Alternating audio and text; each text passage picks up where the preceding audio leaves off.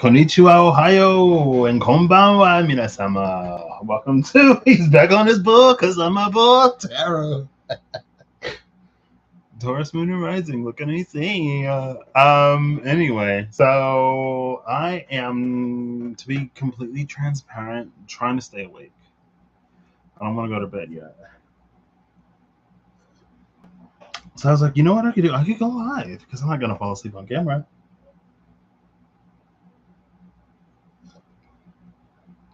So what I'm going to do today is we're going to look at many paths, the elements, many paths and the elements. I'm using those as significators in the mystical shaman oracle cards. I also have the water known animal spirits, where we're just going to take the first animal from whatever element. I've pre-shuffled both of these decks. I'm going to shuffle them a little bit more. I think I want to use not the Tarot Apocalypsis, the Dreams of Gaia Tarot.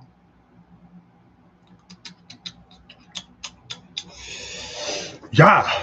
So, Middle World at the bottom of the deck. Why? Why am I doing this? No particular reason. I remember in the last, I don't think I gave it a title, and I don't remember what the day was. But when it had to be the last time I was live, right? When I used the Magic the Gathering cards, and Essence Scatter came out, and it was low key like, oh, okay, so that's why the Knight of Cups was like hopping from pool to pool before. So, and how it brought the mystical shaman oracle cards to mind. I'm gonna drink all this tea, and I'm like not even 3 minutes into the video. Excuse me.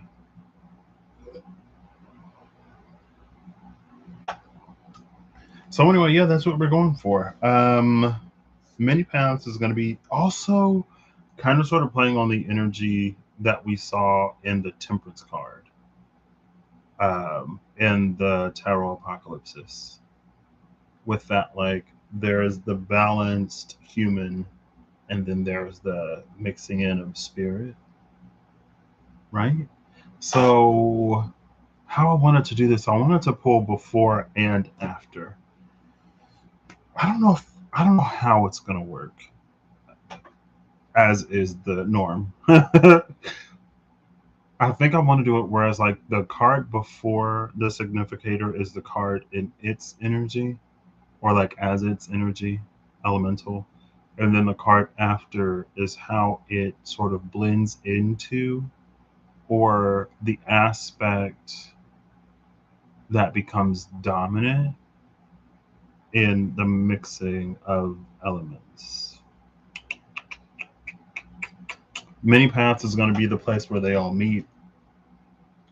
I know there's fire, water, earth, and wind. I don't know what element I would use for spirit. I mean, I guess I could use soul retrieval. Maybe that's what I'll do. I'll use soul retrieval as a stand-in for spirit, as the piece that's being like folded in to everything else. And again, I'm going to take the first animal of each element in the water known animal spirits. There was a lot of air when I was shuffling. Now it looks like there's a lot of earth and water. Oh, there's some more air.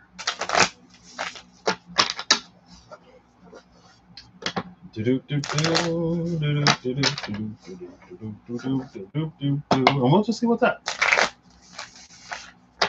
How about it?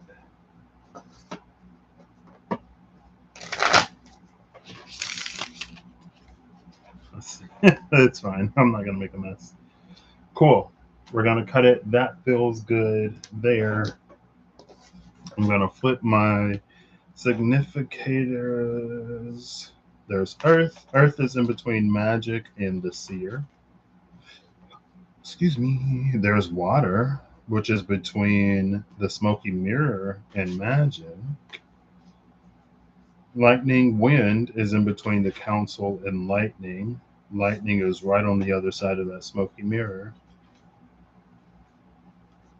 So we already have 3 out of 4 or 5 elements at the bottom.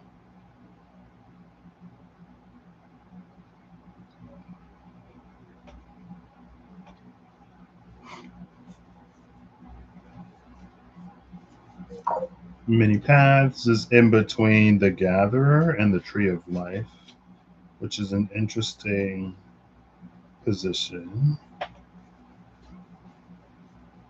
Soul retrieval is in between the circle and the spiral.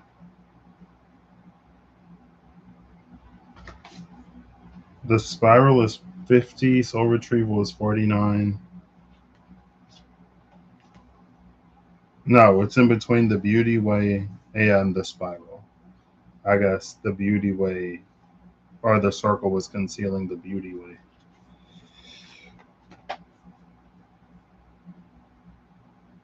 Holy Mountain is on the other side of that spiral.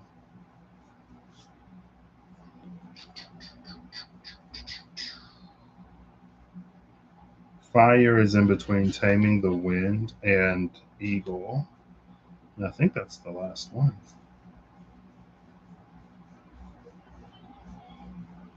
So fire was near the top of the deck.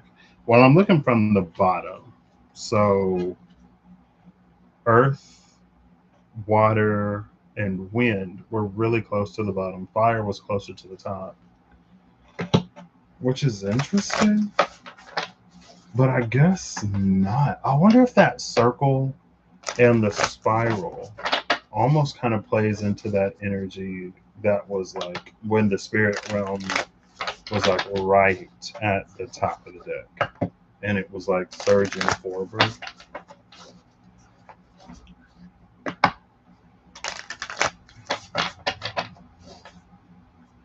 I don't know if it's deepening or if it's flattening.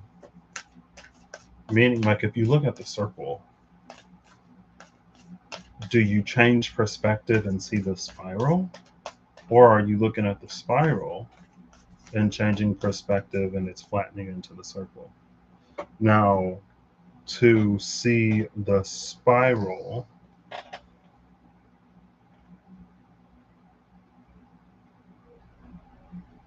there's something about dimensionality there.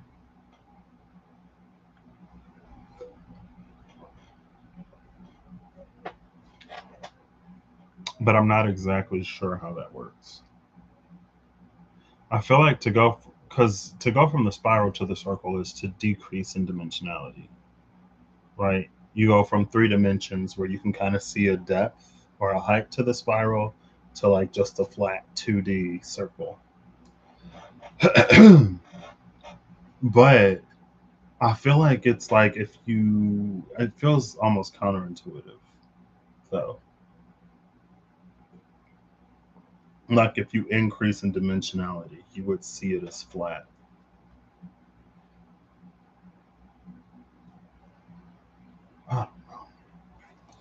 I I don't know. Let's see what's up. Let's see what's in store for us. Also, shout out to it's Virgo season.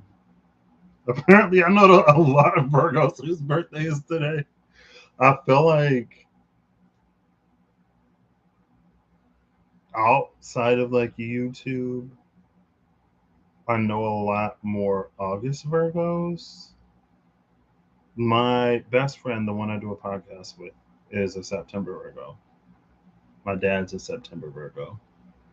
But I feel like a lot of other people are like August Virgos. And then like post finding community on the internet on YouTube, it's like everyone's a September Virgo. I don't know. Anyway. Today is like my OG best friend's birthday. So yeah. Cool. I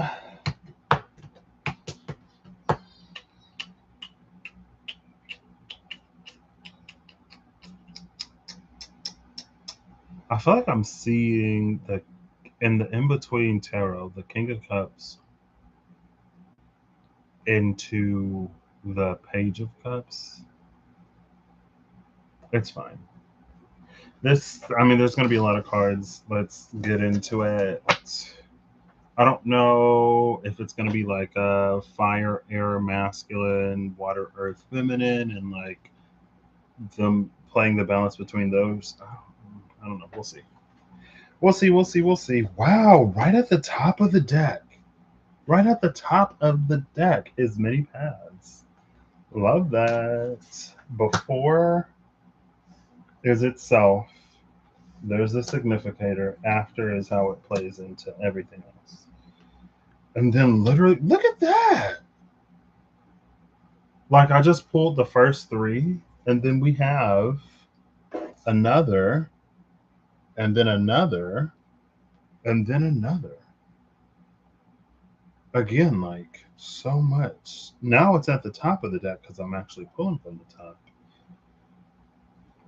And then this one, like, it's way down here. All right, all right, all right, all right, all right. Interesting. So we have Earth. We go before.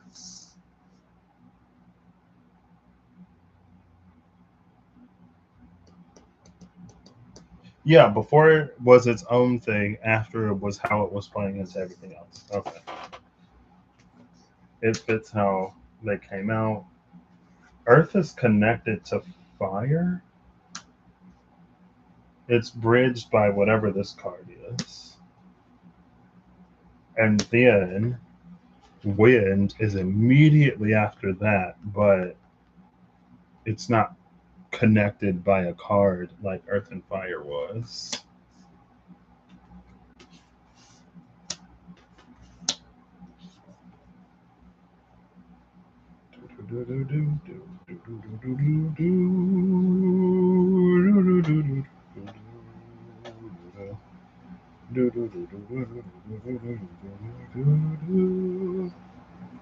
I flipped Soul Retrieval, didn't I?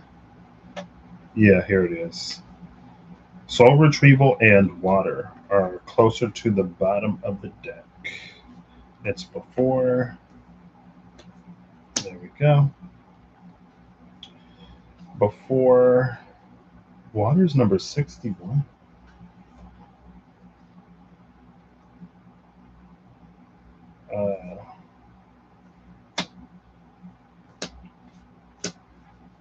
Bottom of the deck is the spiral.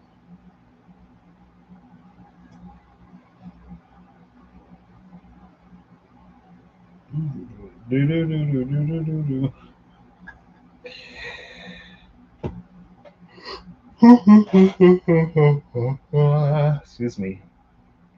I'm trying to figure out how I want to like lay these out because there we go. This kind of there we go. There we go. Cool. All right.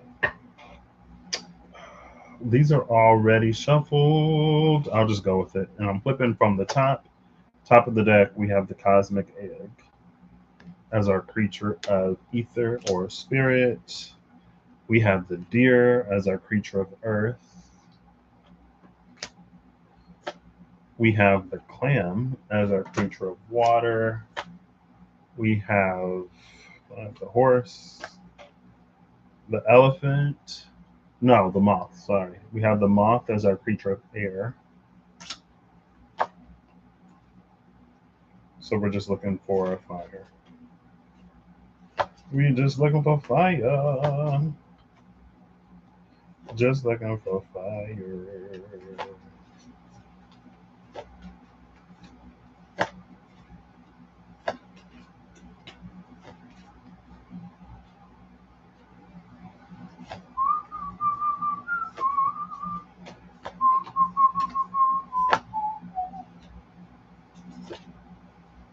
This is kind of wild.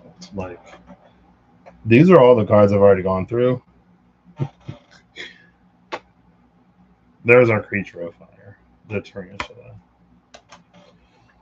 So we have the deer, the tarantula, the clam, the moth, and the cosmic egg.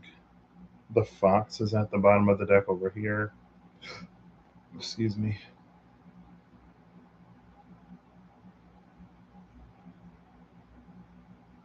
For some reason,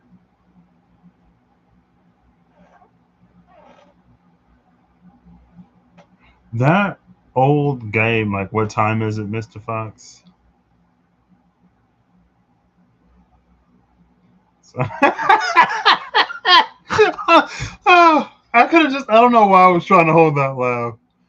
Um, I haven't played that game in a long time. What Time Is It, Mr. Fox? Basically, it's kind of like red light, green light. If you've never played red light, green light, there's a person who's like it, and then there's everyone else, and they stand at a distance.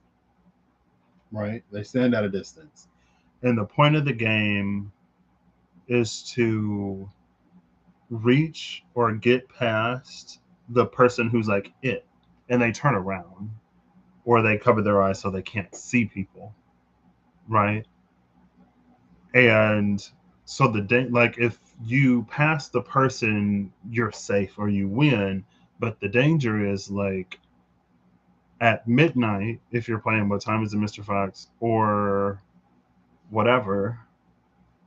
What Time Is It, Mr. Fox is like when it's midnight, the fox turns around and they chase people. And so the closer you get to the fox, the easier it is for them to catch you. So it's like when you're in the lead and when you're winning, you're most at risk of losing. And in red light, green light, it's like whenever the person says red light, if you're still moving, then you're out. So it's kind of anyway. The reason why I laughed is because there was someone when I was younger who was like, "What time is it, Mister Clock?" And it's like it was what time is it, Mr. Fox, not Mr. Clock. And so it was funny to me, and I remembered how funny it was, and it made me laugh.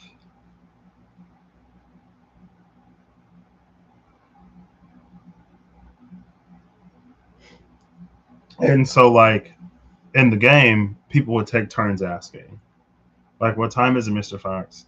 5 o'clock. You would take 5 steps. 3 o'clock. You would take 3 steps. So on and so forth. And whenever the fox, again, they're not looking to see how close other people are. Um, Whenever they would say midnight, that's when they would turn around and again they would chase people back to wherever like the safe zone is where you start. Excuse me, right?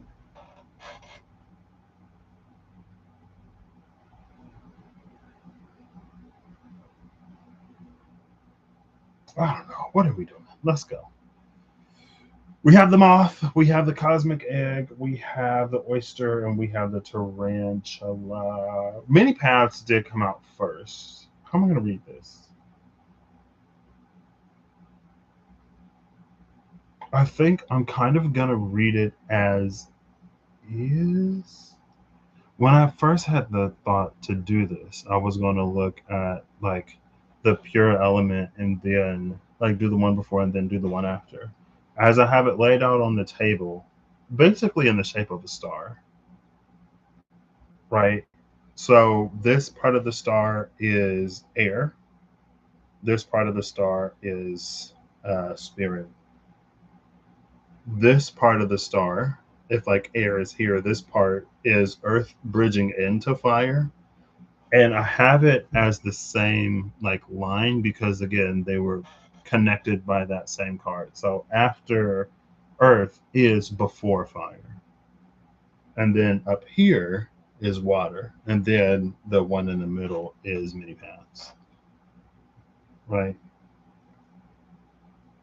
And so I kind of want to look at the mess of everything first.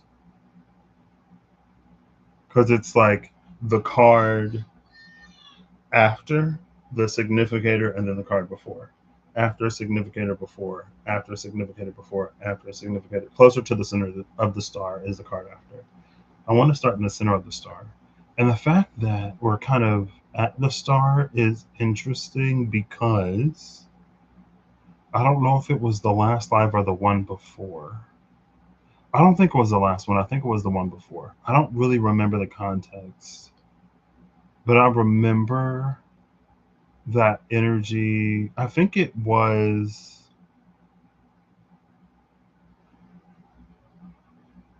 the one before. I think the last live I used the Magic the Gathering cards, and the one before that, I ended up using the deck dungeon. Was that the one with the I Ching?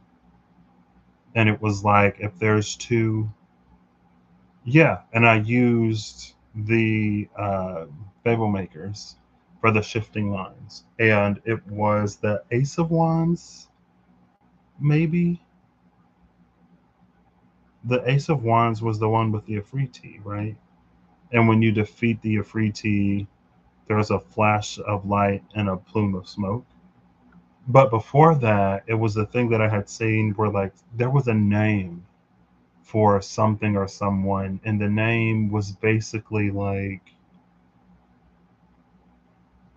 I know it wasn't a dream, but it sounds like, I mean, it could be anything. There are plenty of different stories out there, right? But the name was like, I feel like it was a name, like someone's name, and they were like, what does this name mean? And it was basically the precursory materials and conditions for a star to be born.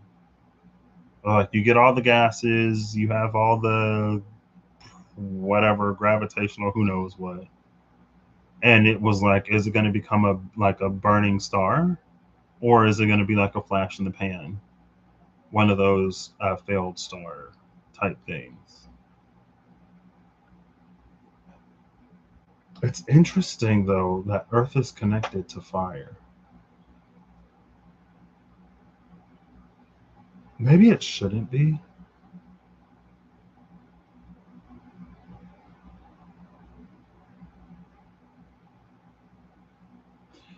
Okay, let's start in the middle. Many paths is bringing the tree of life. I feel like that makes sense. And again, this is like this culmination point where it all comes together and then ascends. It's the tree of life. It's our charge. We have an opportunity while we're living, sort of, to reach this point, right? Because when we're not living, then it's different. I'm gonna have to go to that bathroom so quick. I've already had like this is my third cup.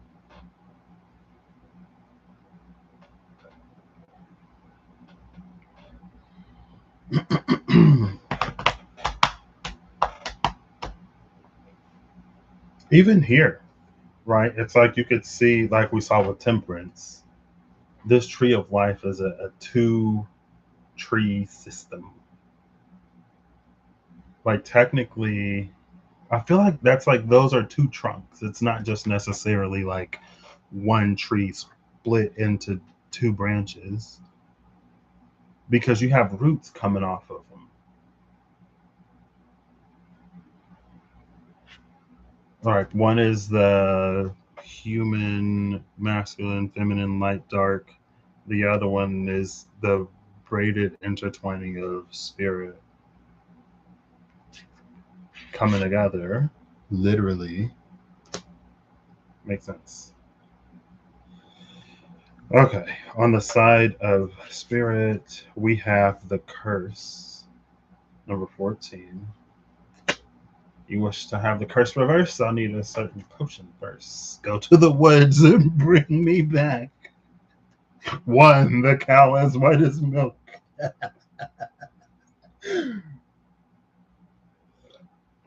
Into the woods.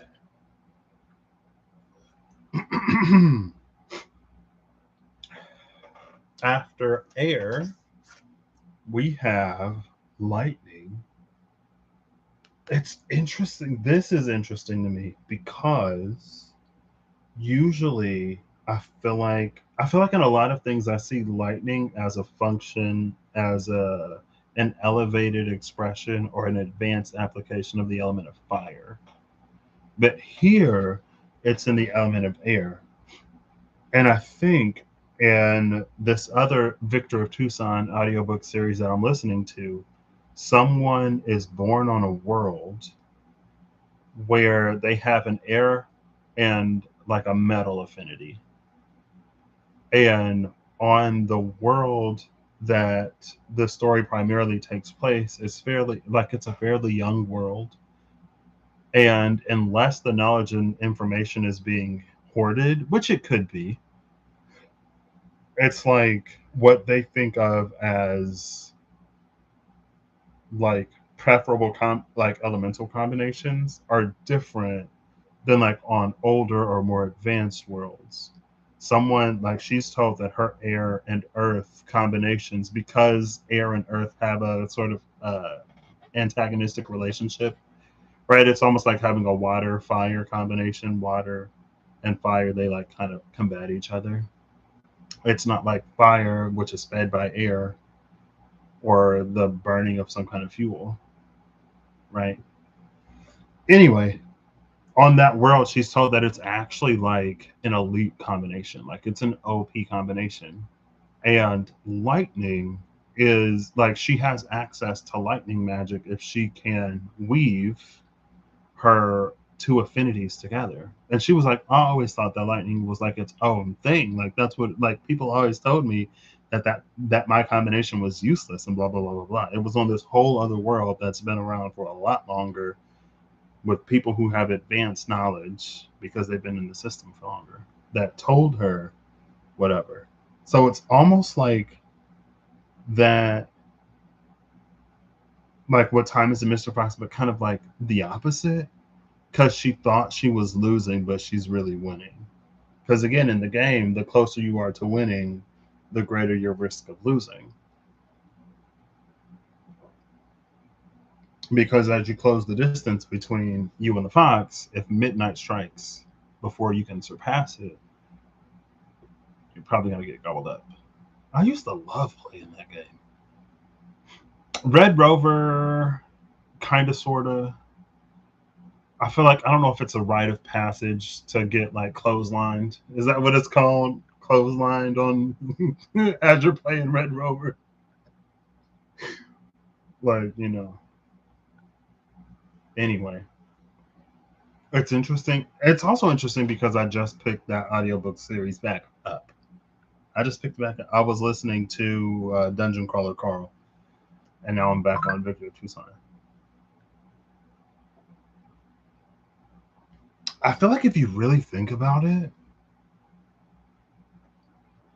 if you think of lightning as a function of atmospheric conditions, it makes more sense for it to be in the element of air than it would for the element of fire. I feel like if the sun is after fire, I would be shocked. But I feel like plasma would be something closer to like advanced fire, if that even makes sense. I don't know. It doesn't matter. Let's keep going.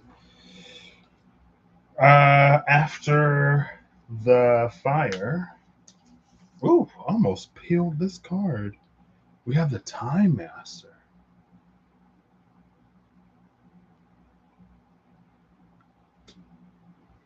And then after water, we have magic.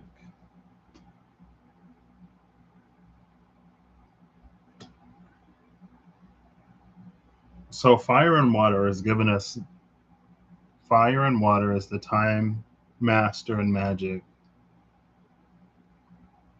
whatever that word is, respectively. Lightning, the curse, and the tree of life.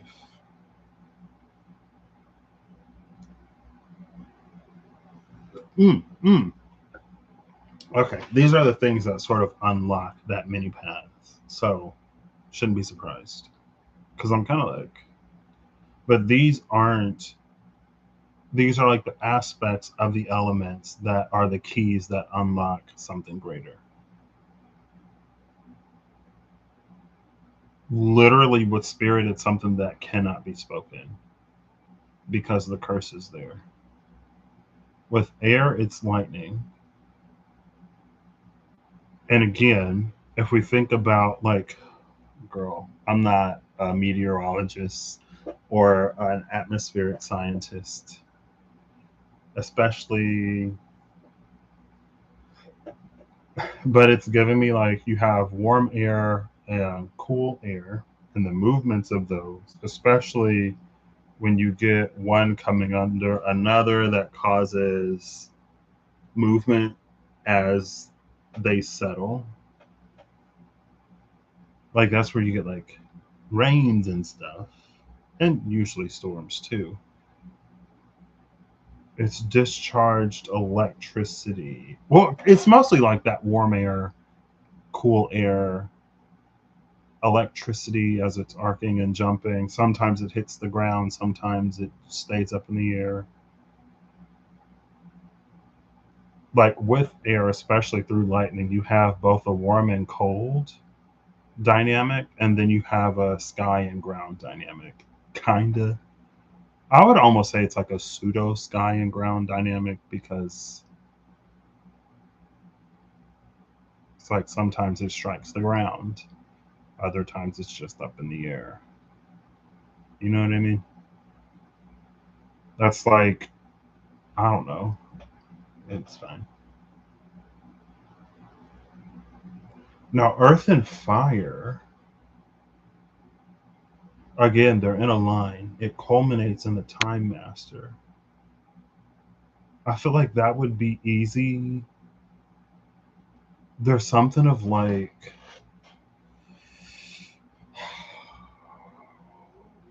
something like time reclaimed. And you can take time reclaimed to be a scale of multiple millennia and lifetimes or in a single incarnation and experience, right? Kind of sort of like there's who you are, who the world molds you into, and then the reclamation or the integration of an authentic part of you with, like, as an authentic part of you in context to the world that you live in a single incarnation. When it comes to like ancestry, ancestors, eons, past lives, there's like a reclamation of things.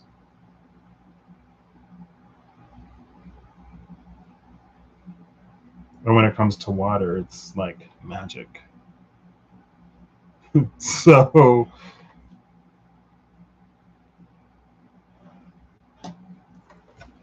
I don't know why I'm looking at my phone. 8:56.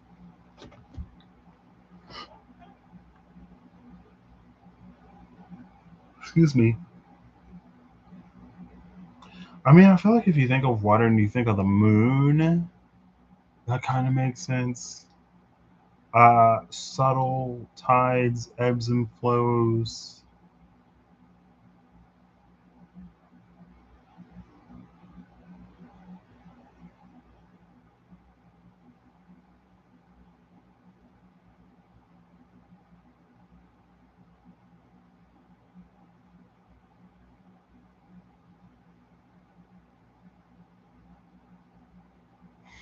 The Time Master magic, lightning, the curse, and the tree of life. I wonder if the tree of life and lightning more directly correlate to and play into that. What time is it, Mr. Fox energy? Because I would assume, since taller trees are closer to the sky, they're more likely to be struck by lightning than the smaller ones. So it's like typically a bigger tree would have a more expansive root system and would be more deeply anchored into the ground in the case of a storm. But because they're taller, they're more likely to be struck by lightning.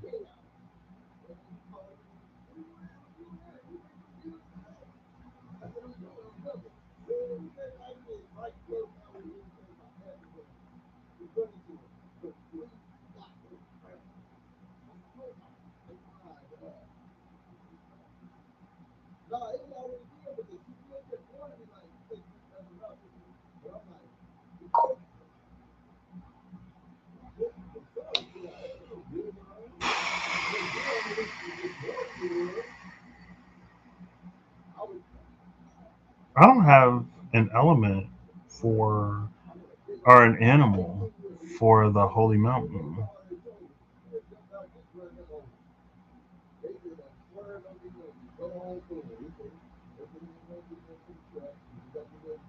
I feel like even the animals themselves, like the moth being the night butterfly and its association, just like with nighttime, the clam or the oyster with its association of like something hidden. The oyster and magic, like that makes sense, right?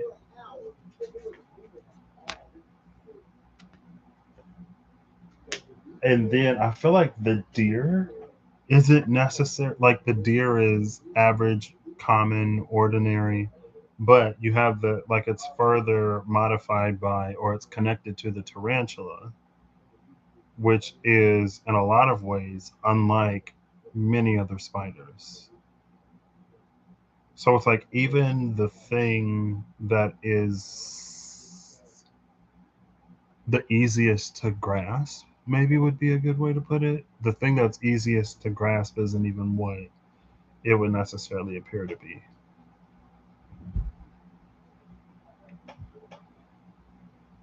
Cool. All right, let's move it out and then see where it goes from there. On the other side of soul retrieval is the beauty way. This was the beauty way. Was it with soul retrieval before? Because it was the spiral, one of the significators,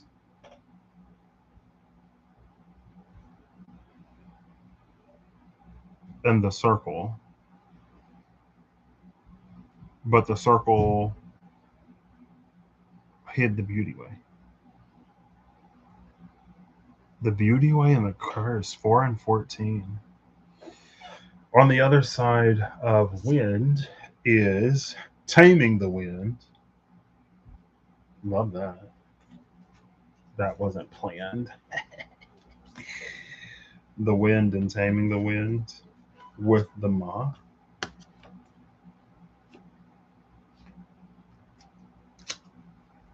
Taming the wind and lightning. So yeah, again, it's very much so that it's that understanding of atmospheric forces. And it's again, it's interesting that fire lightning association because especially because the moth is here as the creature of air, like a moth to the flame, and like modern lightning in a bottle, like a incandescent, fluorescent, like modern lights at night, right? They're attracted to those too. On the other side of water, we have the vision quest. We got the vision quest, we have the oyster, and then we have magic. You go on a vision quest, the oyster reveals its pearl, and you walk away some kind of magician. I'm like, okay, I get it. What other card would it be?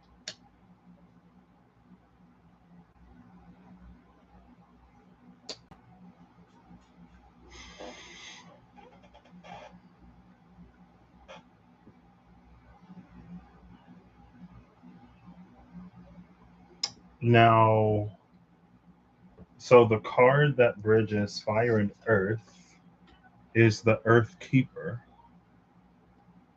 And again, like be it within a single incarnation or across millennia, someone's ancestral like lineage line to go from like the earth keeper to the time master, like what is kept by the earth. The time master has withdrawn what is kept by the earth keeper. On the other side of earth is the wild woman. Not surprised to see her there. Especially with this whole, like with the story that's being told. The wild woman, the earth keeper, the time master. It's like a rewilding of the, as a woman rewilds herself and reconnects to the wild woman, that's what brings like the ancient to the modern day. Or it's this closing of the loop, you know what I'm trying to say. You know, how do I read that combination?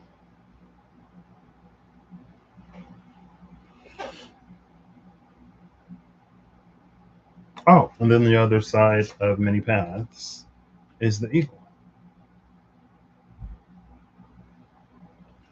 which I feel like makes a lot of sense. I feel like I assume it makes cultural sense that I don't have a context to like, you know, fully whatever. Bring on the sweats. Why does it seem like as the sun is setting or when the sun sets, I start to sweat? Like it's that it does that make sense? Like shouldn't it be warmer when the sun is up, sweating at night? Anyway,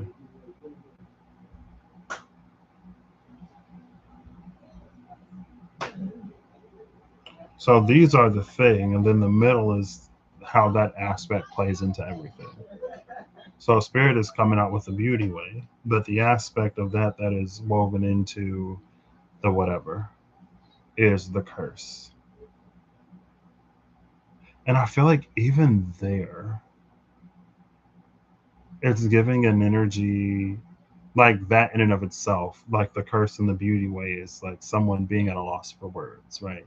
You see something so moving or beautiful that it's like the feeling can't even be put into words. And to try is some poetic whatever, whatever. It's an affront to the thing to try to capture its beauty in words that can never fail, or in words that can only fail to fully encapsulate it.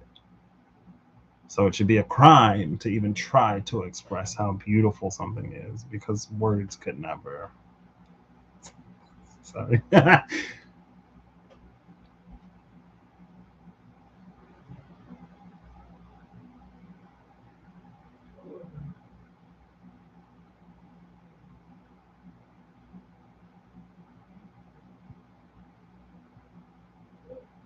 I feel like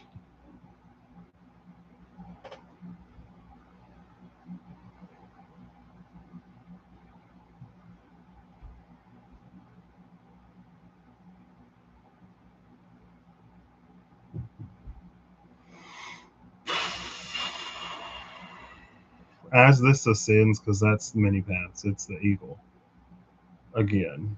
Um, I actually saw the eagle in the What Unknown Animal Spirits when it was like a lot of air when I was pre shuffling it.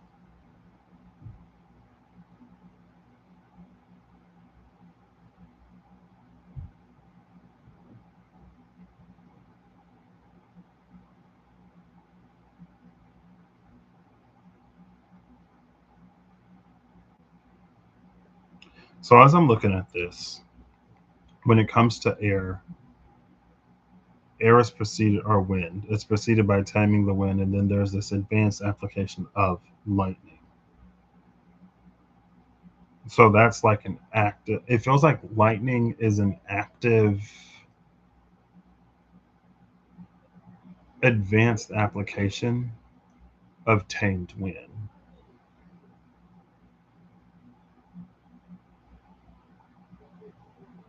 right? Like the fact that like that's wind that's beyond being tamed, it's being orchestrated, you could say.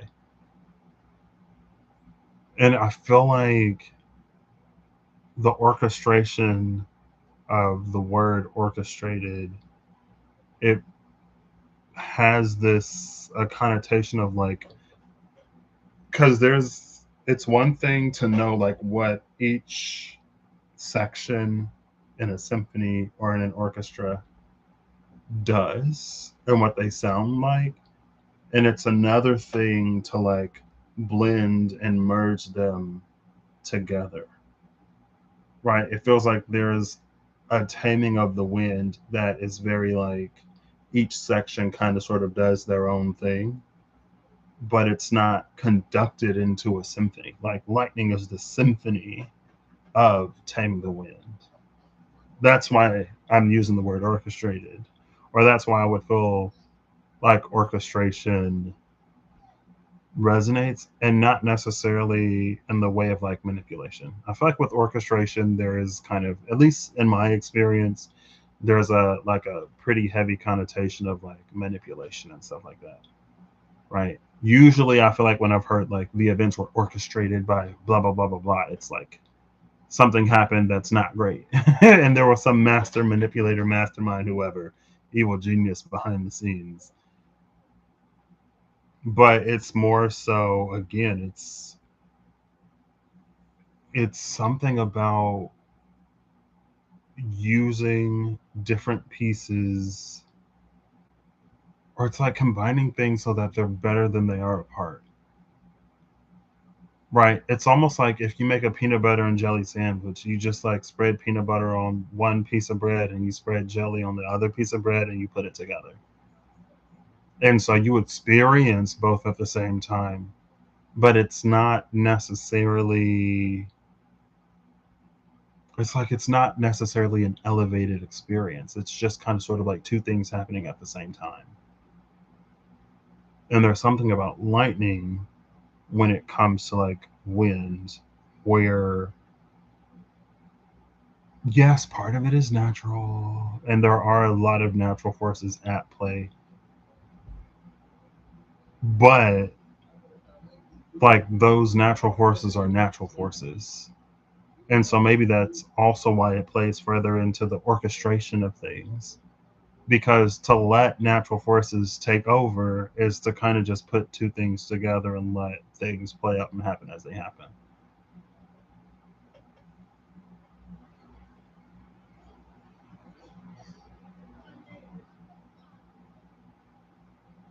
And I feel like the fact that this is wind, which is air, which is like the thoughts, logic, stuff like that, is really interesting, because I feel like in that sort of metaphorical vein, like there's a lot of information that we can get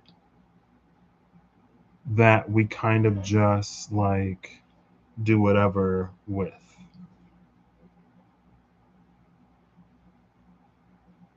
It's almost like assembling things together and letting like nature take its course. But there's an element of knowledge and finesse here that goes beyond natural occurrence. It goes beyond like knowing something or putting two things together.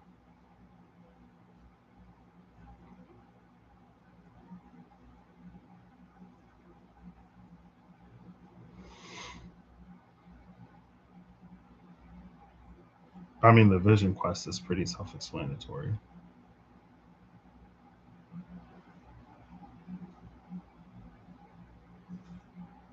Like, especially like the vision quest as it's related to magic, that's like direct. And it's interesting. The interesting thing about the vision quest being the the word predator is in my mind, but like it predates like the predator, the predecessor. There we go. The predecessor of water being the vision quest is interesting because of the curse when it comes to spirit. But again, if it's that whole like it's something that words fail to encapsulate, It's shown with that vision quest. But, and it feels like this, it's like because of the amount of, what's the brain? It's like I had the word and then I lost it. Because of the amount of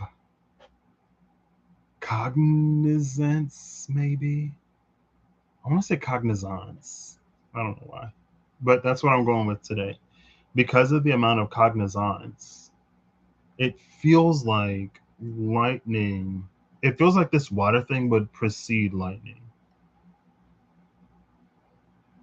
Because with the vision quest and the oyster, especially with like the curse on this side of spirit, it's like you can get the vision, but it's like, do you get what you're supposed to get from the vision?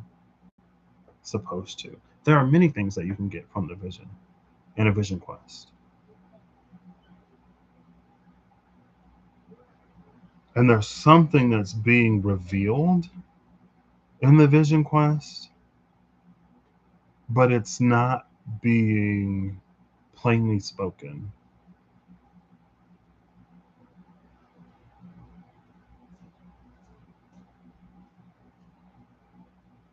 It's almost very, is that Legally Blonde with the girl who like had her hair done or whatever? And then I've seen the movie like once a long time ago. And she was like, well, if you had been to the salon the day before, then you wouldn't have done this the day after because it would have ruined, like, that humidity would have ruined your hair and it wouldn't look like what it looks like. It's kind of almost like reading between the lines, or it's like if you watch Sherlock, if you watch some Who Done It, whatever, there's like something that someone says or does that's like this minute detail. And if you weren't paying attention or if you weren't in the know, like you wouldn't even know that the whole illusion or the thread had been revealed that you can pull and tug on. Because it's like if you haven't gone to a salon, then you wouldn't know. Or if you weren't a regular salon goer, then you wouldn't know that you shouldn't do this after you get your hair done because it'll ruin it. Or like if you weren't a car aficionado, then you wouldn't have known that this tread made by this tire that's on this model of car was only manufactured in two colors. And so if they see a different color, then it's a different make or model. Almost like, those like niche types of things.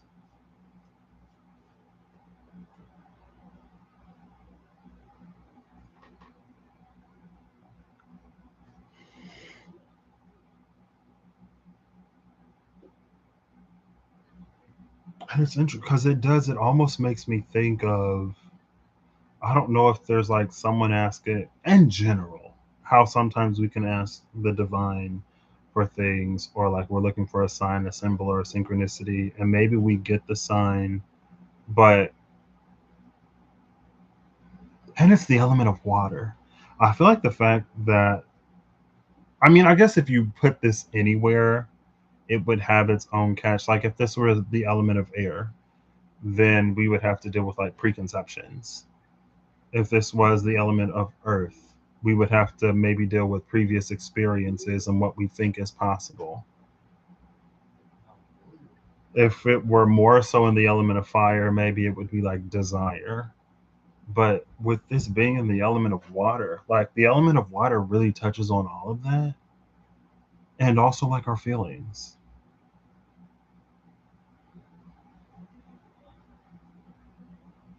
And it feels like water, it's almost like simultaneously one of the easiest medium and the trickiest medium to process a vision through. It's tricky because of all of the emotions and the feelings and the baggage we kind of sort of bring to it, but it's also the easiest because it's like you're trying to communicate something that you can't necessarily put words to. So what better sense than the one like the one of feeling? You know what I mean? Type energy. I tried to call my grandmother earlier. I'm a grandmother. I'm 16. Shout out to Vine. Shout out to Katie Ryan. I think that was her name. Shout out to Ava back in the Vine days. She was one of those kids where I was like, maybe I do want kids. I feel like if I had a daughter like Ava, that'd be great. Anyway,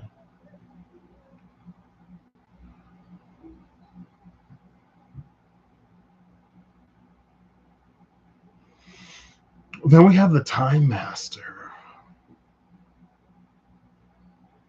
The Time Master that is the ultimate result of.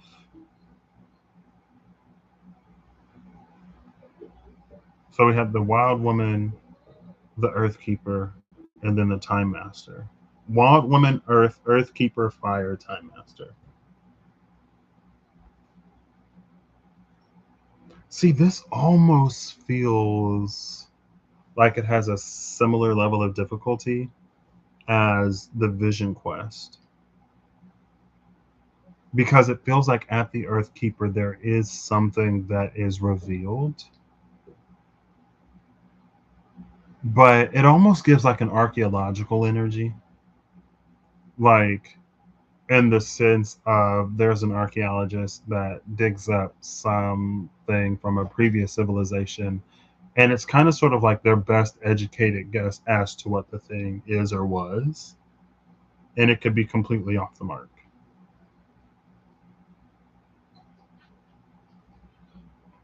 And in that case, again, it's almost like the Time Master would be what that thing like truly was used for, or blah blah blah, etc. Whatever. Sometimes it's on the money. Sometimes it's way off.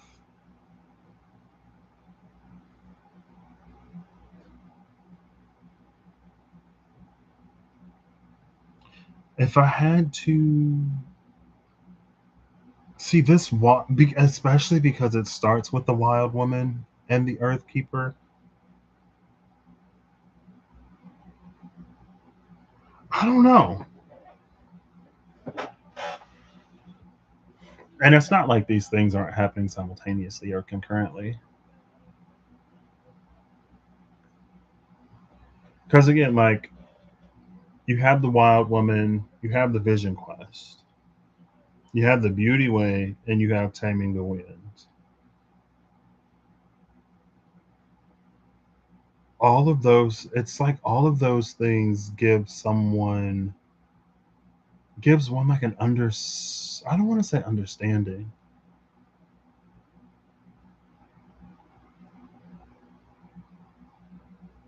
Maybe I could like maybe maybe we'll do a short word hunt with Gemini.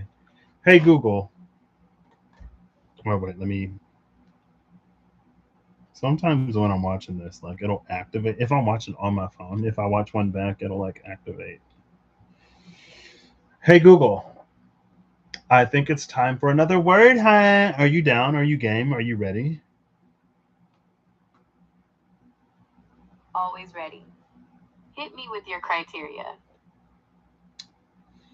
Okay, so the word that I'm looking for today. Do you know how, like, when an archaeologist digs up an artifact, they make their best guess at what that artifact was according to a previous, like, an ancient civilization, but they're not always right.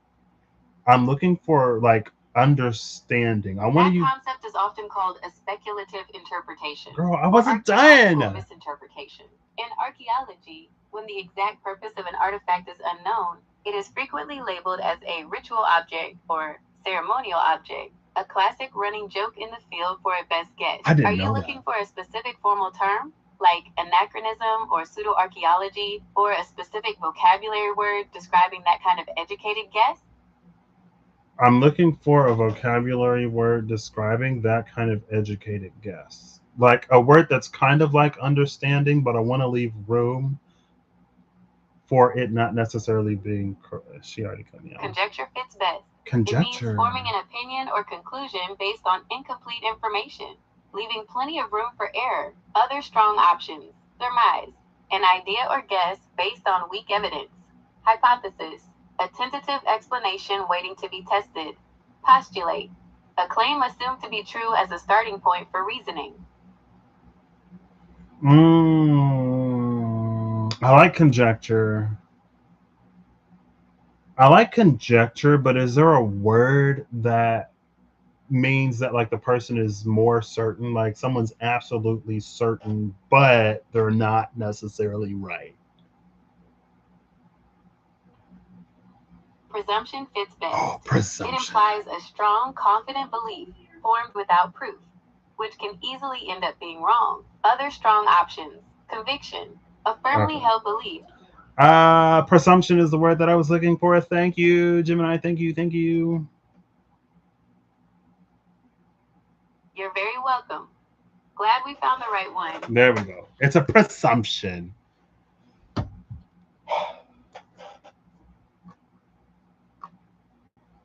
Now I forgot why I did all that. There's a presumption. And it feels like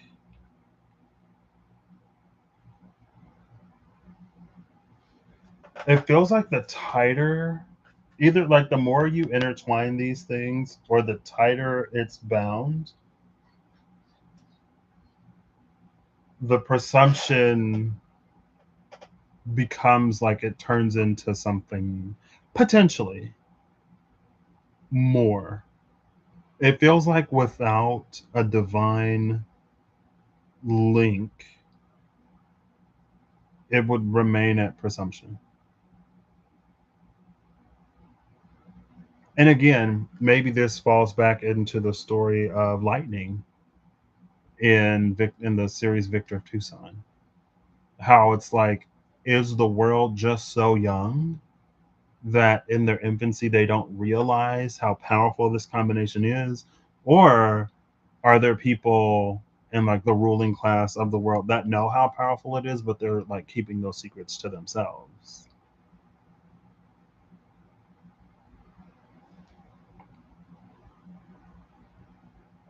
Because I feel like even with the time, but I feel like that's one of the reasons why it's like all of these things combined lead to a certain conclusion. It's not just one or the other. Because I feel like even with the Time Master, again, you get into that area of like and other stuff.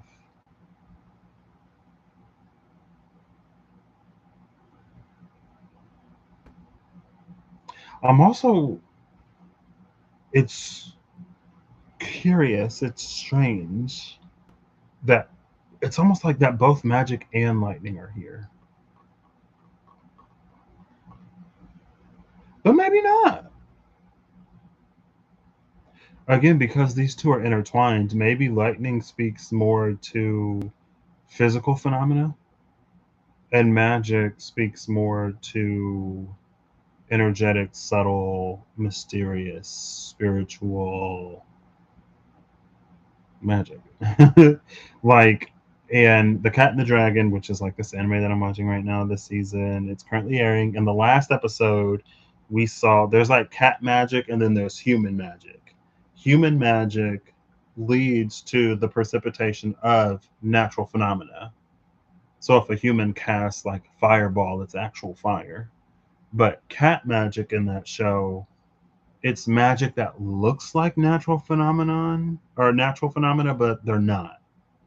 So it's something that looks like fire, it burns like fire, and it feels like fire, but it's not actually fire. And it seemed like one of the characters that we're following in that series, she has a proclivity, a natural talent for human magic, and she's being taught by a cat. And she's the one that's like, as she's looking at the cat's magic, because the cat is like, she's a slacker and she doesn't really care. She's like, you know, her interest and her passions lie elsewhere. And the cat is like, you have so much talent. Like, I can't let you and your talent go unknown.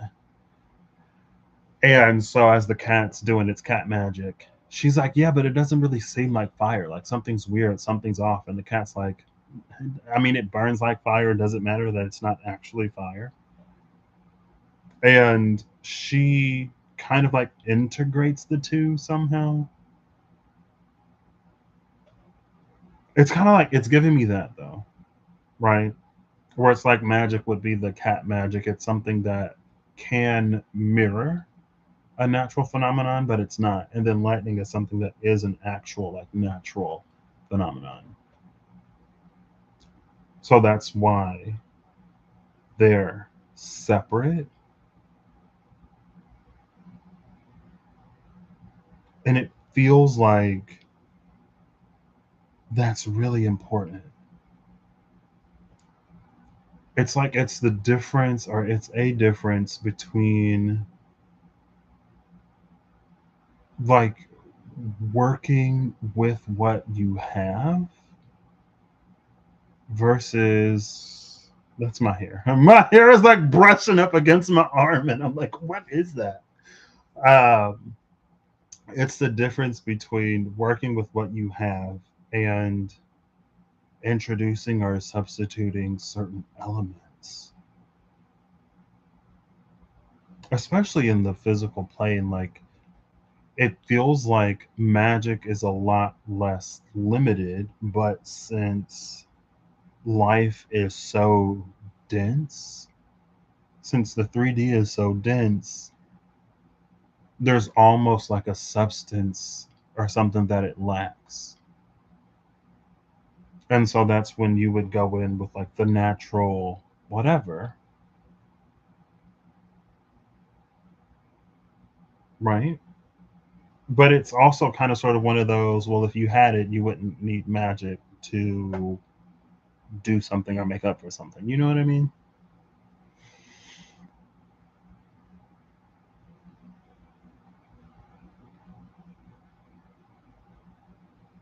I feel like that's kind of sort of like the reason why the curse is here low key.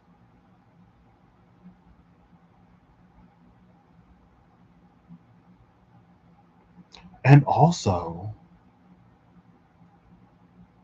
is it something that should be,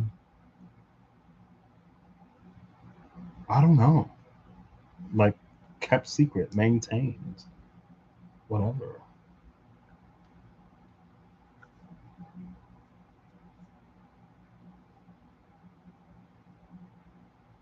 And that's between air and water, right? The two fluid elements.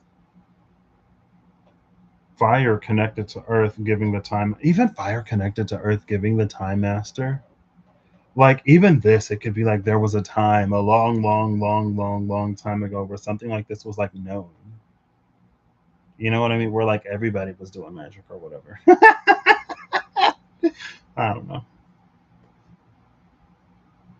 And then, because these are like, so we have uh air up here with lightning, and then on like that diagonal is taming the wind, the moth, lightning, magic, the oyster, vision quest, and the other diagonal is earth, fire, and spirit.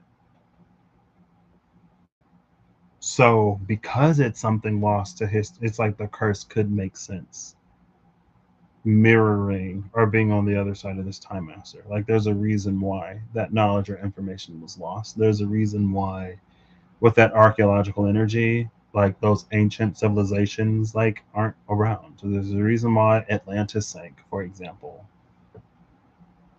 right?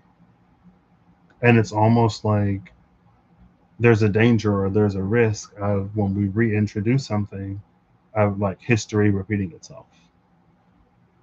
And this energy came up in the last live, I'm pretty sure, when it was like those who don't learn from their history are doomed to repeat it. But this is a history that's not even taught type energy. With the curse, it's something that's not spoken. But also kind of sort of going back to the vision quest, or that energy of the different ways you can interpret a vision. It's like the signs are clear and obvious why those civilizations fell and why that knowledge has been relegated to the occult and obscurity and whatever else. And not necessarily always just because the people who know are using that information to rule from the shadows or do whatever, right? Not necessarily always, not saying that that's not whatever, a factor. It could be, it could not be. Meaning the people that say they know don't actually know. They know more, and they may know. It's almost like the wizard in the Wizard of Oz. Like he knew science, and in a land of people who were looking for magic, it's like, when there's a little science thingy for elementary school kids. Magnets. Ooh, but like it's a magnet. You know what I mean? If you don't know what magnets are, you're like, oh my gosh. But once you know, you're like, oh, it's a magnet, and that's like a metal. You know what I mean? Type energy. Someone's got magnets, and we haven't discovered magnetism yet. Type energy. It's not actual magic. At least that's the energy. Anyway, what are we? It's fine. I'm like, what are we doing here? What are we doing here? What's the point?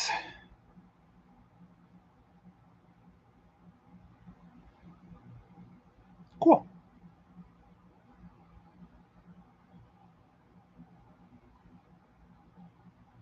And then again, I'm looking at the fox and I'm looking at the spiral.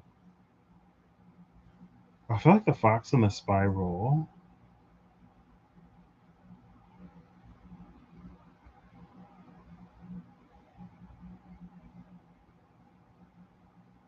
again, it's kind of, I wonder if that plays back into that what time is it, Mr. Fox energy, where it's like the more someone knows, it's like the higher someone climbs, the farther they have to fall. The higher someone climbs at this tree of life, or the higher the tree of life grows, the more likely it is to be struck by lightning.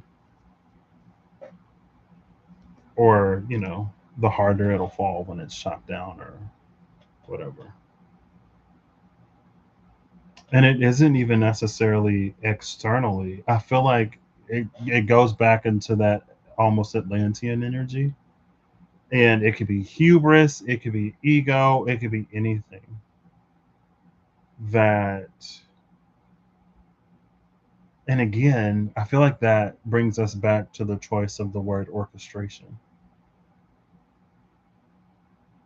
It starts to play more into like the connotation of orchestration more so than the vibe of why orchestration was the word that was chosen.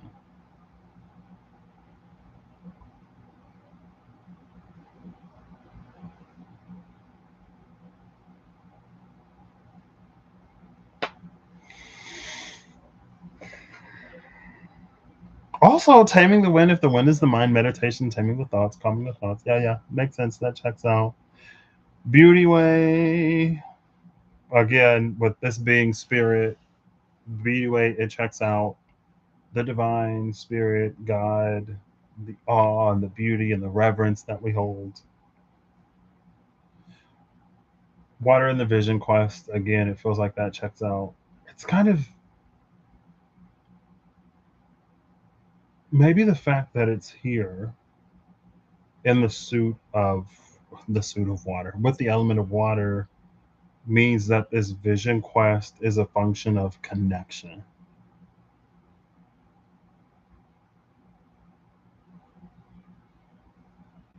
which gives that earth keeper time master a lot of credence, especially because magic is on the other side of this, of on the other side of water.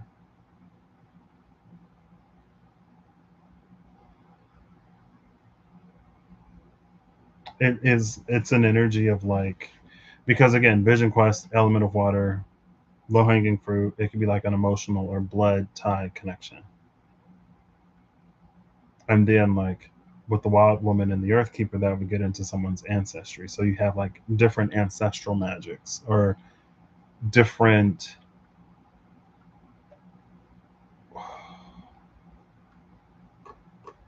yeah, low hanging fruit. It's ancestral access to certain magics. And it does, like when Vision Quest came out, I keep thinking of with Heyoka Empaths.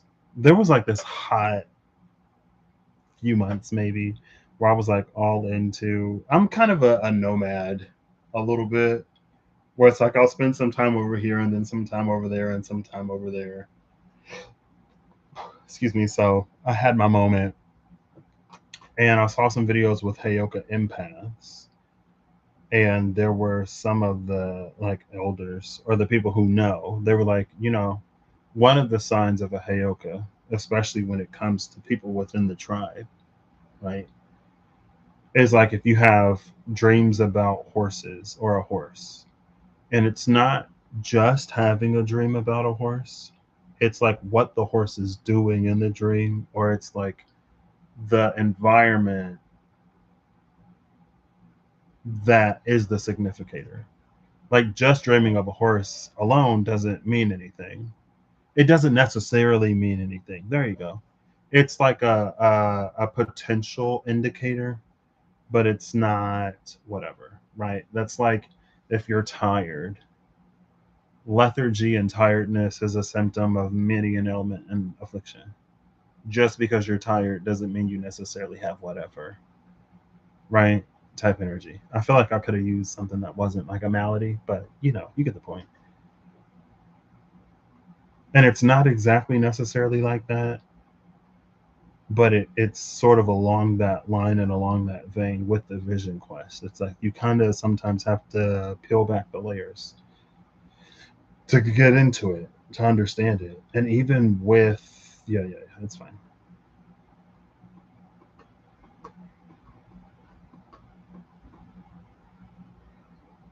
What's really interesting to me is, I don't know, and it is all on the left side, this water, earth, fire, tria prima almost, rather than a earth, fire, air, or fire, air, earth for soul, mind, and body.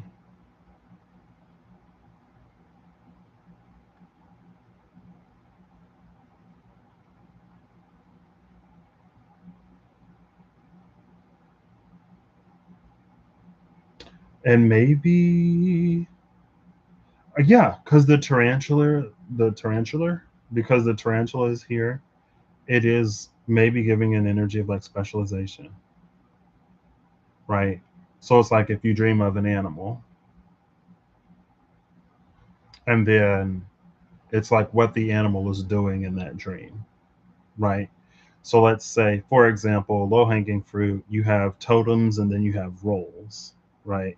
So you have like horse, bear, maybe even serpent. Like to have the dream of the animal, that's the totem. But what is the animal doing in the dream? That could be the role, right? If it's a bear that is protecting her cubs, then it's like bear totem protector role. If it's a serpent whose venom, it's like the serpent bites somebody, but then they feel better instead of dying. It's like a serpent totem with a healer role, or blah blah blah, vice versa, and so on and so on. Not vice versa, but so on and so on. Like the deer is something common, but it's specialized at the tarantula. And I feel like now the Bible does say somewhere that there's nothing new under the sun. So it could be one of those like every possible combination of whatever has already been expressed. But for some reason, I want to say,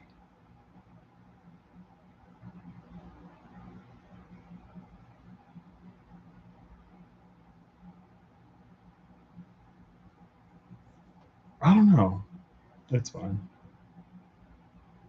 For some reason, I want to say like there are combinations that may not necessarily exist. There are combinations that may not have necessarily previously existed. maybe especially if we're talking about someone's lineage, because again, there was that energy of like applying something in a modern context, right? So maybe they're like someone has comes from a line of protectors, and there's been many a totem, right? Many different ways in which they protect or whatever. But and like let's say there was like a common combination of totem and role, like bear protectors, because we already use bear in protecting. But like someone sees the bear and they're like, okay, like ancestrally for me, like the bear is protection, it's protection. But they're having like dreams of the bear doing other stuff. And so it's like their totem is one that aligns with their, I want to say ancestral majority, but the role may be different. And that's how like the time master doesn't necessarily fully encapsulate the whatever. And it feels like again that kind of sort of plays into the curse. And it's a part of like interpreting the vision. And in that case, but that's the thing about presumptions. A lot of times with the presumption, there is a well established, like it ends up being weak evidence, but before you know that it's weak evidence, you believe that it's strong evidence. Like if you know that, like ancestrally or whatever, like everyone was a protector, it would make sense. Like it's a perfectly reasonable and logical conclusion to reach that someone is also a protector because that's what everyone has been in their lineage or whatever. But and it's again like the vision, the dream is the one medium that we can really be it's one of the ones, it's not the only one, obviously it's not the sole and only medium through which we can have those direct conversations. But it's like if you were to observe what the bear is doing in the dream, you would realize that like your role isn't as a protector.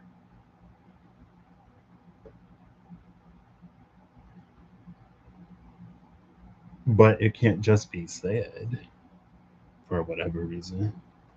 And again, like that's the uniqueness of tarantula. That's what tarantula means to me because it's what it's come to mean for me because I don't have a personal connection to tarantula and it's what the book said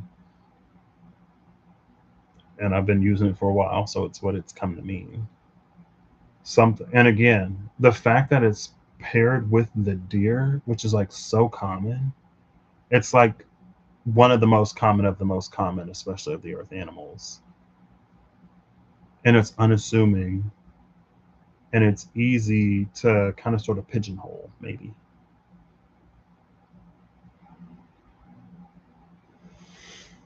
Cool. I don't know what the point of this was. I feel like after, like, as I sit down and read it, I'm like, yeah, this is pretty much what you would expect, quote unquote, if one were to have any expectations. Maybe not. You know what?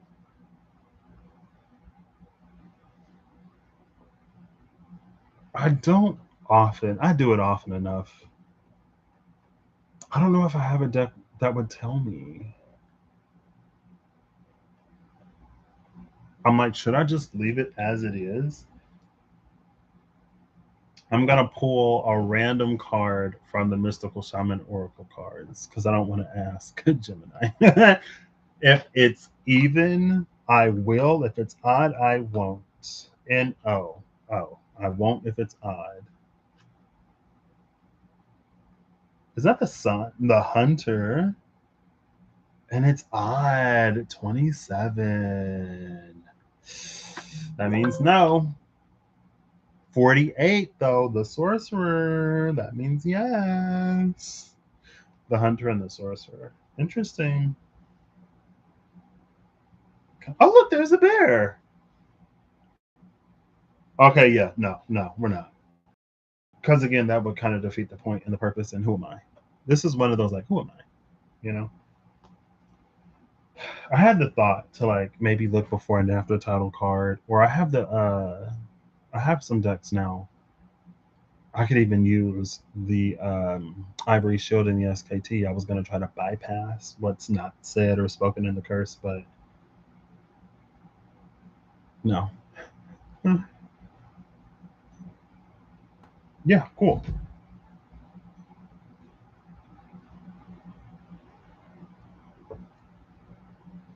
I feel like that's really, really. I feel like there's something that's really important in this with the intertwining of these mundane and fantastical branches with magic and lightning here. Like, it's important to understand, like, what is what.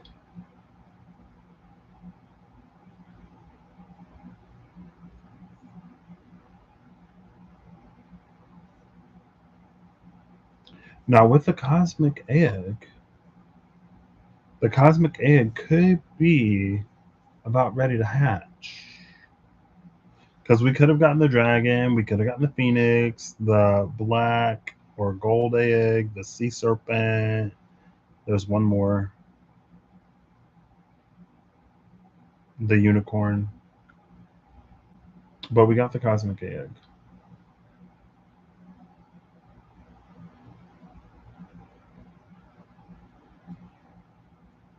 I feel like also with the moth being the animal here, there because the moth is here, there is an energy of like playing with fire. Like a moth to a flame, when she gets too close, she'll be burned up crispy.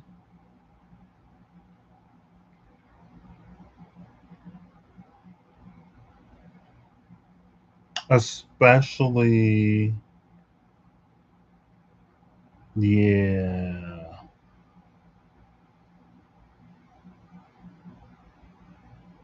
I feel like that is one of those almost like be mindful of hubris, Icarus, like Icarus that flew too close to the sun and his wax wings, well, the wax that held his wings together melted and then he plummeted and died.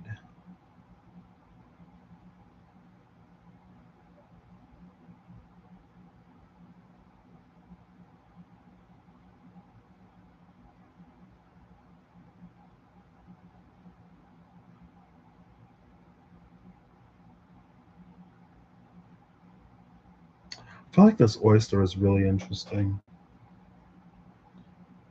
It feels like the oyster is also bringing someone out of their shell in some kind of way, shape, form, or fashion.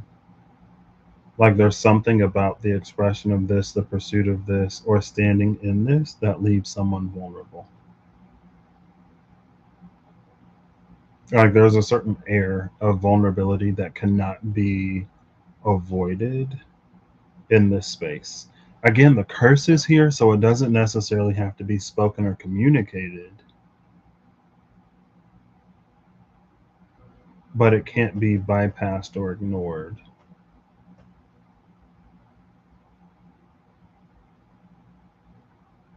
I mean, you could, but then it feels like that would more easily lead into one of those pitfalls or traps or whatever.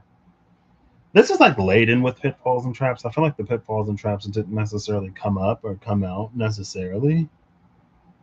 The energy of it kind of sort of did, and I feel like I spoke to it. I don't know how plainly or how much I spoke to it. Yeah, the higher the tree, the more likely it is to be struck down. Cool. I don't know. This was what it was. Welcome to It Was What It Was, Tarot, where it was what it was, and it was what it was, and it wasn't what it wasn't. Also, when I was thinking of doing the what Konnichiwa, Ohio, konbanwa, minasama. It was like minasama today. Sama is like an honorific. Usually it's minasan, which is just like everyone. But minasama is kind of like an honorable everyone, right? I was like, oh, they samas today. That I feel like the eagle is the only thing that I didn't really touch on. I feel like I literally touched on everything else, but I don't think I will. Because again, it almost feels like it falls into that whole totem energy, where like it could mean many different things. Excuse me. The fish and the beaver. Oh, with the fish and the beaver, it feels like the dam has broken somewhere. Because there's a fish, and it's like there's not supposed to be a fish on this side of the dam. Like, what's going on? And it's like, oh, well, you got a fish.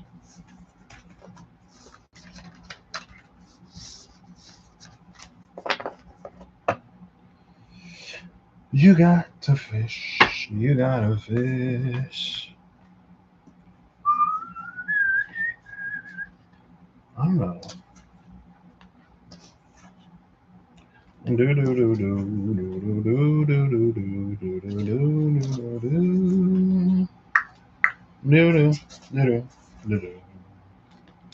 27, the Hunter. Hey, tomorrow is the 27th, and it's the day of the full moon Pisces lunar eclipse. Yeah. 27 is also a square. No, it's a cube. 27 is a cube. 3 cubed is 27. 3 times 3 is 9 times 3 is 27.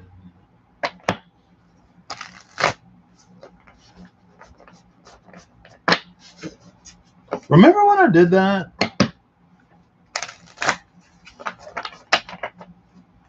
I used different decks for different signs.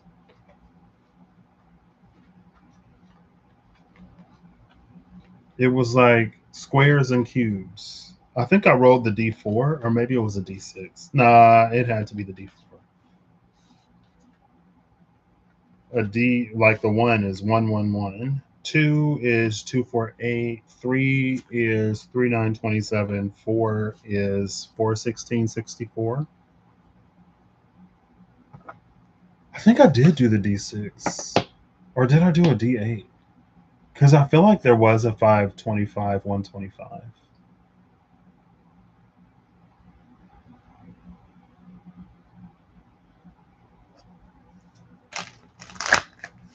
Anyway, I don't know. The medicine wheel and the gatherer. 4 directions, 4 animals, 4 elements.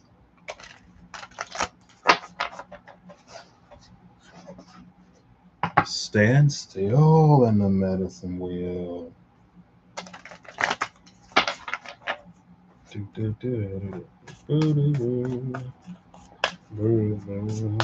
don't know. Maybe like someone has been like repeatedly getting a kind of sort of vision or a vibe or feeling, or it's like the divine is like trying to show somebody something. Maybe there's like a detail that someone, I don't know if they're necessarily missing the detail or if they're like noticing the detail, but they're kind of like caught up on what it would mean. Use context clues. Context clues over like other external interpretations for sure. Right? All right. Final card, clean flip or clean fall from the mystical shaman oracle cards. Almost at the magical dimensions oracle cards and activators. Am I gonna have to get a magical dimensions card? No.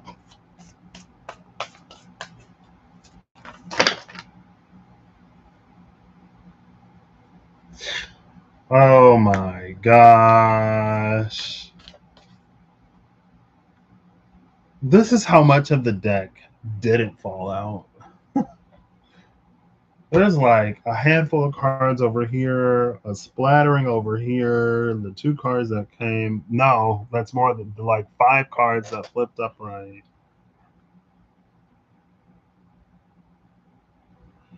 The cards that I can see is the arrow and the beauty way.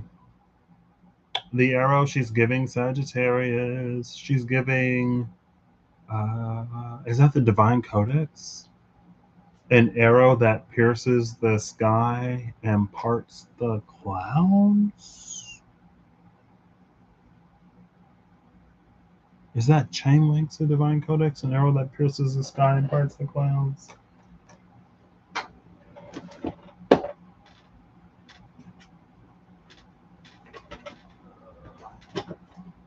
Nope.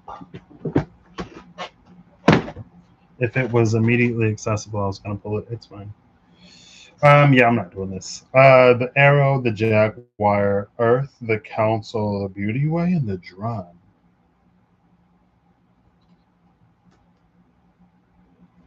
We saw the jaguar recently. It was the jaguar with the tree of life at the bottom of the deck. This was the fruit of the tree of life, and it was some kind of mystical something. It's like someone has shot the fruit down with an arrow.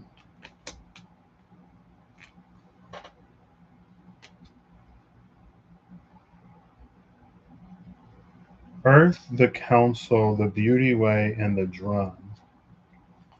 Speaking of the Heyoka, and speaking of my trek through those,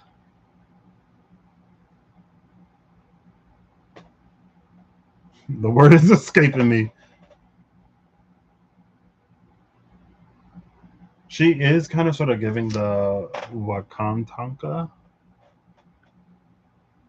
Tatanka, the bear. Speaking of bears, speaking of Heyokas, uh, the drums were blessed by Wakinyon, the Thunderbird, the leader of men, the leader of mankind, the leader of humans. Tatanka was invited to join the council. He brought in the bear like he said he would. See, I feel like the fact that it's the arrow with this jaguar means that there's some kind of effort, like attention was grabbed in some way, shape, form, or another. It's not passive. It's something that someone did or is doing. And they do it in a way that is honorable or agreeable or respectable.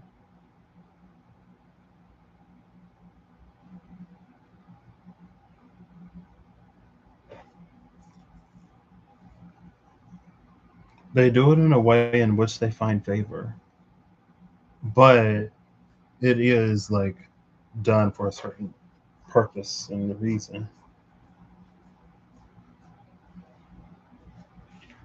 Some of those reasons are beyond me. I was watching a video the other day of someone who said they wanted to be a leader. The owl. There's that owl. This owl has been everywhere in all these decks. All these cards fall out, and the owl is right there.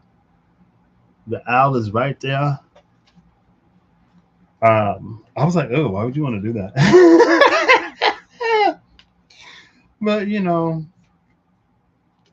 let the people with the genuine heart for the people lead the people. You know what? It's an admirable thing to want to do. I'm just like, ugh, lead people. The Seer, the Moon, the Spiral, the Vision Quest, Middle World, Completion, the Sacrifice, Fire, and the Giveaway. What an interesting trio. The Sacrifice, buyer and the giver.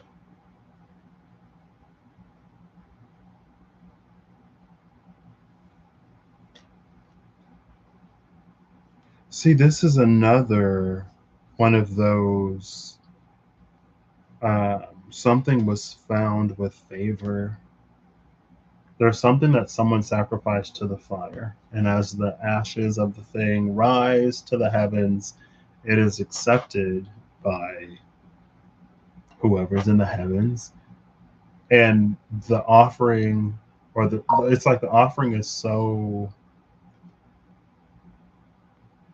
favorably received, or the sacrifice is so appropriately carried out or whatever, that someone is given something in return for the sacrifice. The seer, the moon, the spiral, the vision quest.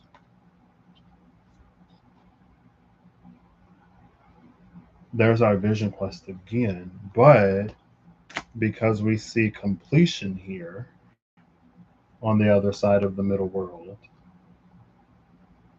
someone sees what it is that they needed to see, which is why they could sacrifice something and it be received so favorably.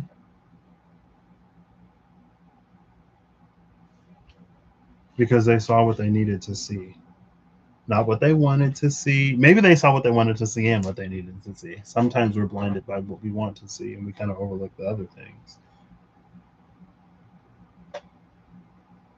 The seer, the moon, and the spiral.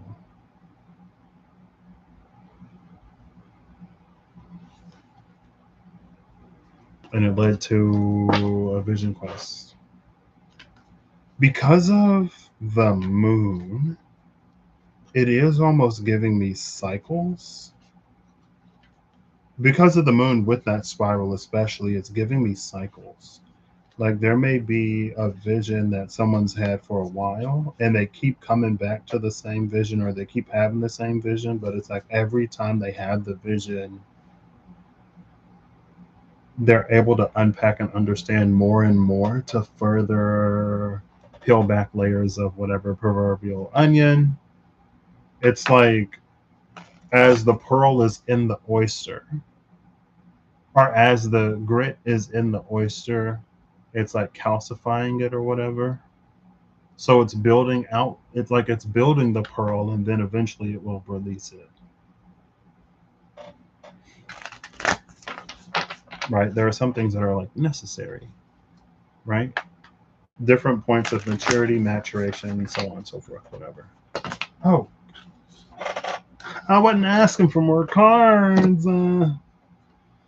We got the drum, the earth keeper. See? The drum, the earth keeper, the rain maker. Earth keeper and rain maker.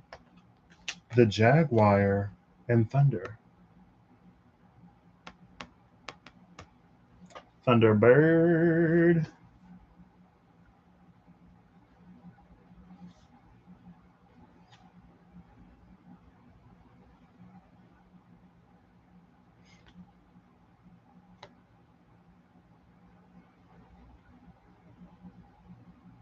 Oh, maybe it's just like the jaguar is the thunderbird in this.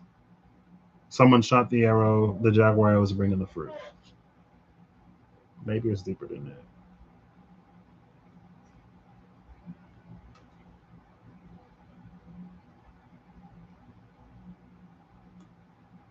The dragon, the earth keeper, and the rain maker. Okay, I think especially coming off of the sacrifice that was received favorably, the drums were blessed by the Thunderbird.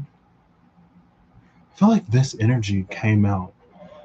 I feel like it was one of those choose a, pick a, multiple, whatever, this might be you. And now it's just like here. Generally and collectively. Because it feels like the Earth Keeper is the one that promised that was made when the drums were blessed. The Rain Maker is like the fulfillment of that promise. Someone beats the drum so that it rains, and then it rains. And then the jaguar and thunder is, again, it's like an homage and allusion to the being that originally blessed the drums, or an entity that has inherited the responsibility. Wild woman at the bottom of the deck of, whatever.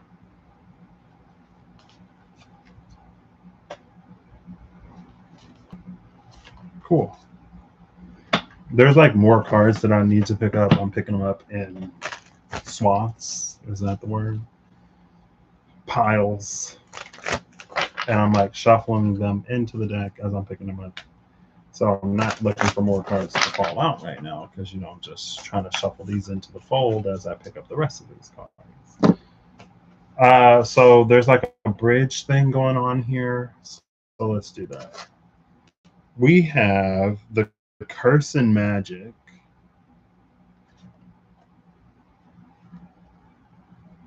on one side with a bridge that is the standstill, and then a bunch of cards: the Sweat Lodge, the Circle, Soul Retrieval, the Corn, the Hunter, and Pachamama. Okay.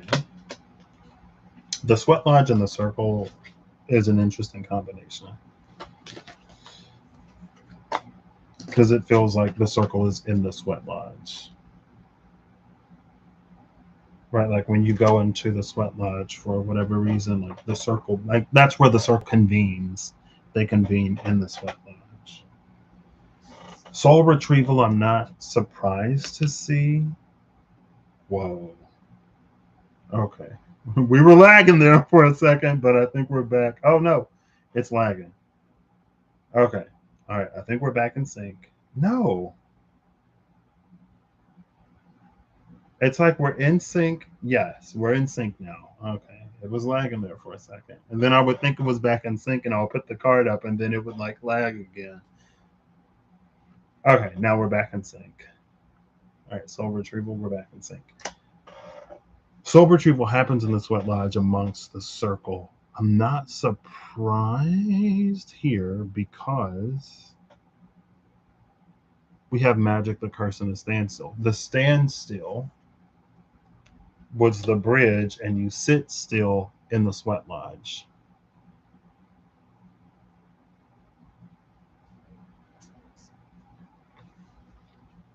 The Corn, the Hunter, and Pachamama. The Corn and the Hunter could be giving a like uh, omnivore, omnivorous type energy. There is the flora and the fauna that are both the bounty of the earth that is given to help people, feed people. And then maybe Pachamama is an understanding of that. It very much so gives that like using every part of the animal type energy, but not necessarily being carnivores either. Like animals are included in the bounty of earth among the like herbs and the vegetables and the plants and everything else. And it's just like it's an acknowledgement of that and it's an honoring of that that is again it feeds into this Pachamama energy.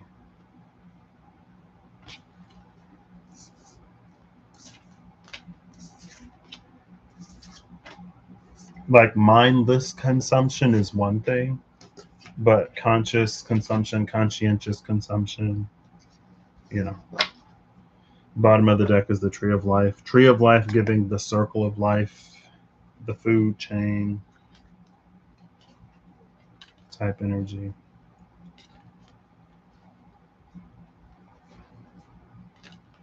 I mean, we have to consume life to live. be it plant life or animal life, right?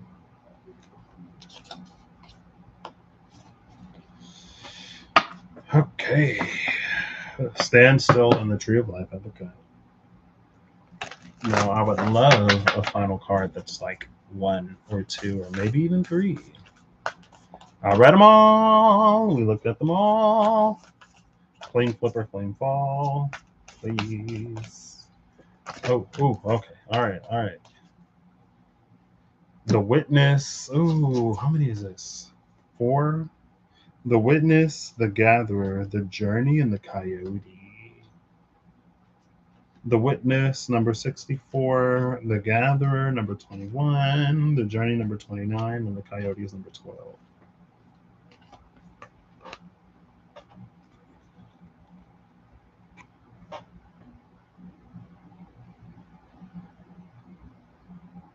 I feel like we've been seeing the gatherer a lot today. I feel like every time I've shuffled this deck, I've seen a gatherer in some way, shape, form, fashion, or another. Bottom of the deck is the Tree of Life. The coyote is reading. I don't know if it's necessarily reading like a companion on the journey, or if it's reading as the incarnation of the witness.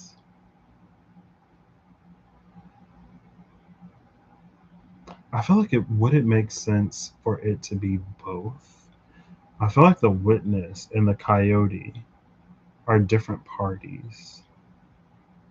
Almost like the coyote is like an on earth, in earth witness, and the witness is like a divine sort of witness, right? Like we're witnessed internally and externally.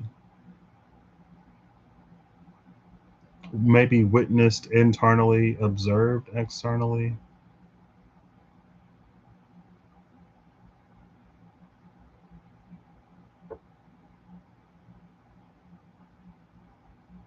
There's something that we are gathering on the journey.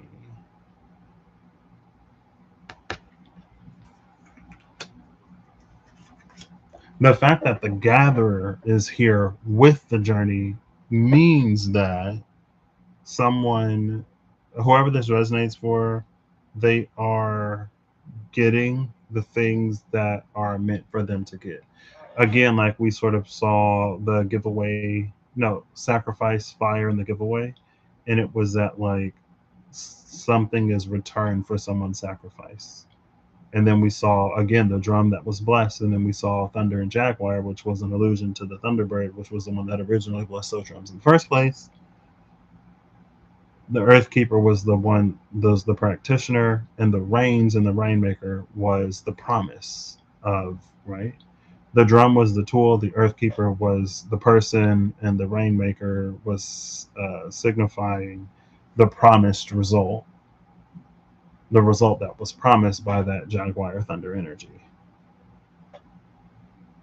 Right. So it's like if the Fool, if the major arcana is the Fool's journey, that's the Fool that learns what they need to, at the very least, at most of the steps along the way. Because again, the gatherer is here with the journey, which to me signifies there's the pumpkin, there's the other stuff, whatever they needed at different points, they got.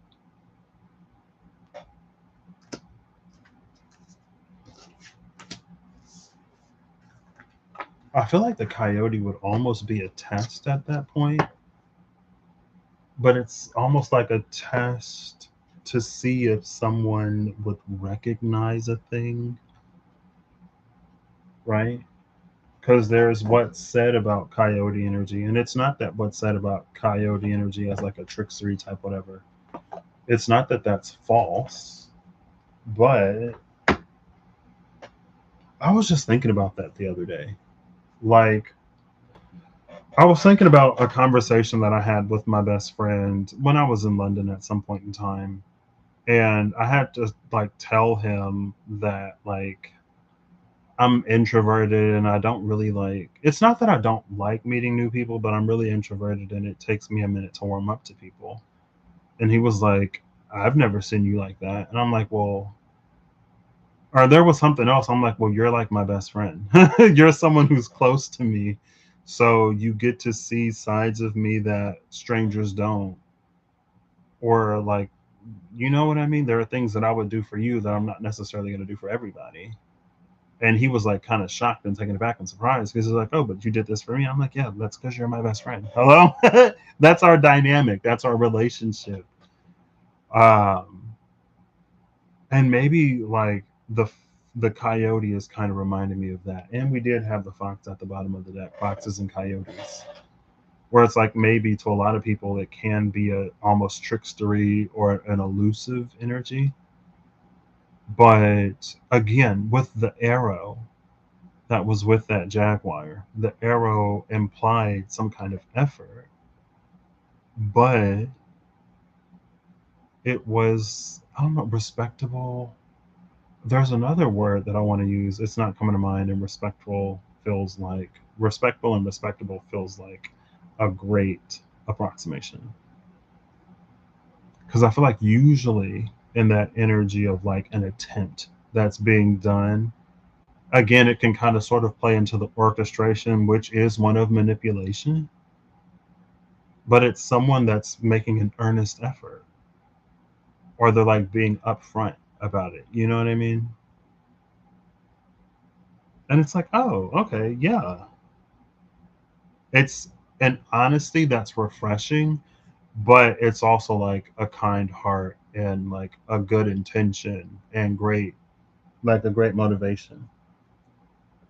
It's not just honesty, it's like the whole package, the whole deal, right? It's not like I'm going to use you for everything that you're worth and then I'm going to discard you when I'm done with you. And you're like, whoa, that honesty was refreshing. Yes, use me as you will. Like, no.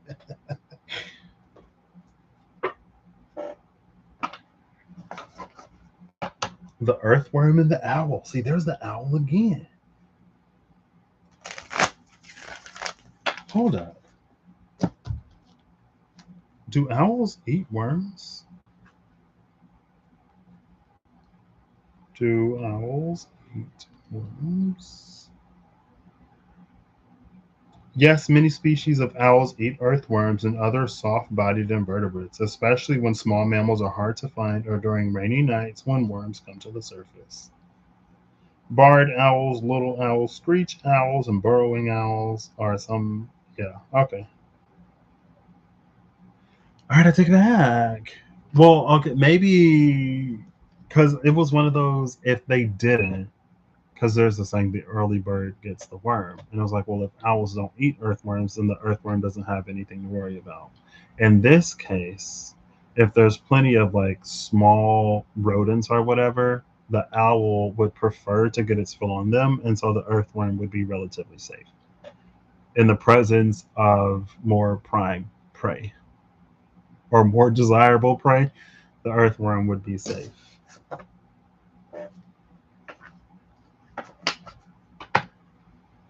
Earthworm and the frog. That's giving me like some kind of frog with poison skin. Okay. Clean flip or clean fall. Water known animal spirits, please. Water known animal spirits, please. Water known animal spirits, please. Ooh, the elk just made an. Okay. The elk made an appearance, but it flipped back over. The cheetah and the phoenix. What? Bottom of the deck is the vulture. The vulture and the phoenix were, they had their own reading. Under the vulture is the deer.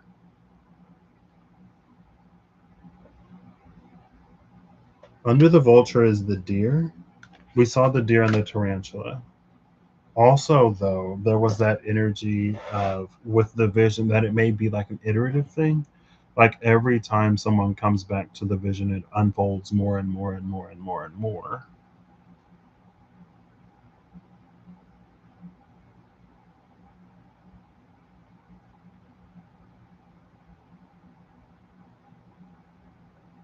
I feel like that's just like you are what the divine has been waiting for.